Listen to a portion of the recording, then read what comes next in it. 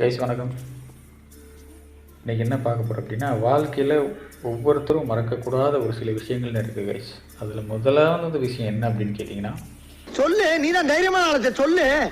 உங்களை கருவில் சுமந்தவங்களையும் உங்கள் கருவில் சுமக்கிறவங்களையும் தயவு செய்து வாழ்க்கையில் மறந்துடாதீங்க.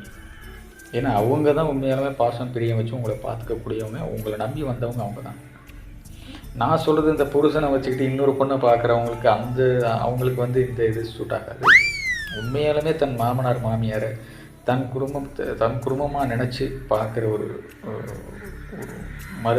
ஒரு பொண்ணுக்கு உண்டான கணவனுக்கு தான் இந்த பதிவு. சரிங்க, மற்றவங்க அவங்கள பற்றி சேச்சை அதை பற்றி நம்ம பேசலை. ஏன்னா அவங்க மேலே பிரிய எல்லாமே அந்த சொந்தக்காரங்க எப்படி சொல்லிடுவாங்களோ, இல்லை அவங்க எப்படி சொல்லிடுவாங்களோ, இல்லை இவங்க எப்படி சொல்லிடுவாங்க, அவங்களுக்காக நம்ம வாழல கைஸ், நமக்காக நம்ம வாழ்கிறோம். ஏதோ ஒரு ஃபங்க்ஷன் வருவாங்க, வந்து நல்லா சாப்பிட்டு, அதாவது நல்லா இருந்தாலும் குறை சொல்லுவானுங்க, நல்லா இல்லைனாலும் குறை சொல்லுவானுங்க. நல்லா இருந்ததுன்னா எங்கிட்ட தான் அவனுக்கு காசு வந்துச்சுன்னு தெரிலப்பா, அப்படி கல்யாணம் பண்ணிட்டான், மண்டபம் அவ்வளோ பெரிய மண்டபம் பிடிச்சிட்டாப்பா, எப்படிப்பா 1 லட்ச ரூபா நான் மண்டபம் கொடுத்தவன் பிடிச்சான் அப்படின்பானுங்க.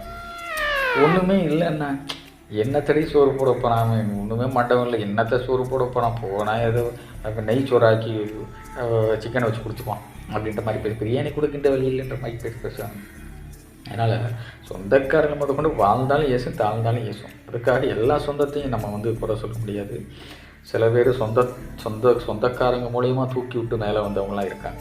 ஸோ சில சொந்தங்கள் இந்த மாதிரி இருக்காங்க. அதனால் சொந்தம் வந்து எப்படி இருந்தாலும் சரி, உங்கள் குடும்பம்னு ஃபஸ்ட்டு உங்கள் தாய் தந்தை உங்களை நம்பி வந்த மனைவி, இதுதான் ஃபஸ்ட்டு உங்கள் குடும்பம். ஸோ நோட் திஸ் பாயிண்ட், மறந்துடாதீங்க. இது ஒரு சின்ன பதிவு தான். ஏன்னா பெரிய ஞானி மாதிரி பேசுகிறேன்னா சொல்லாதீங்க, ஒரு சின்ன பதிவு.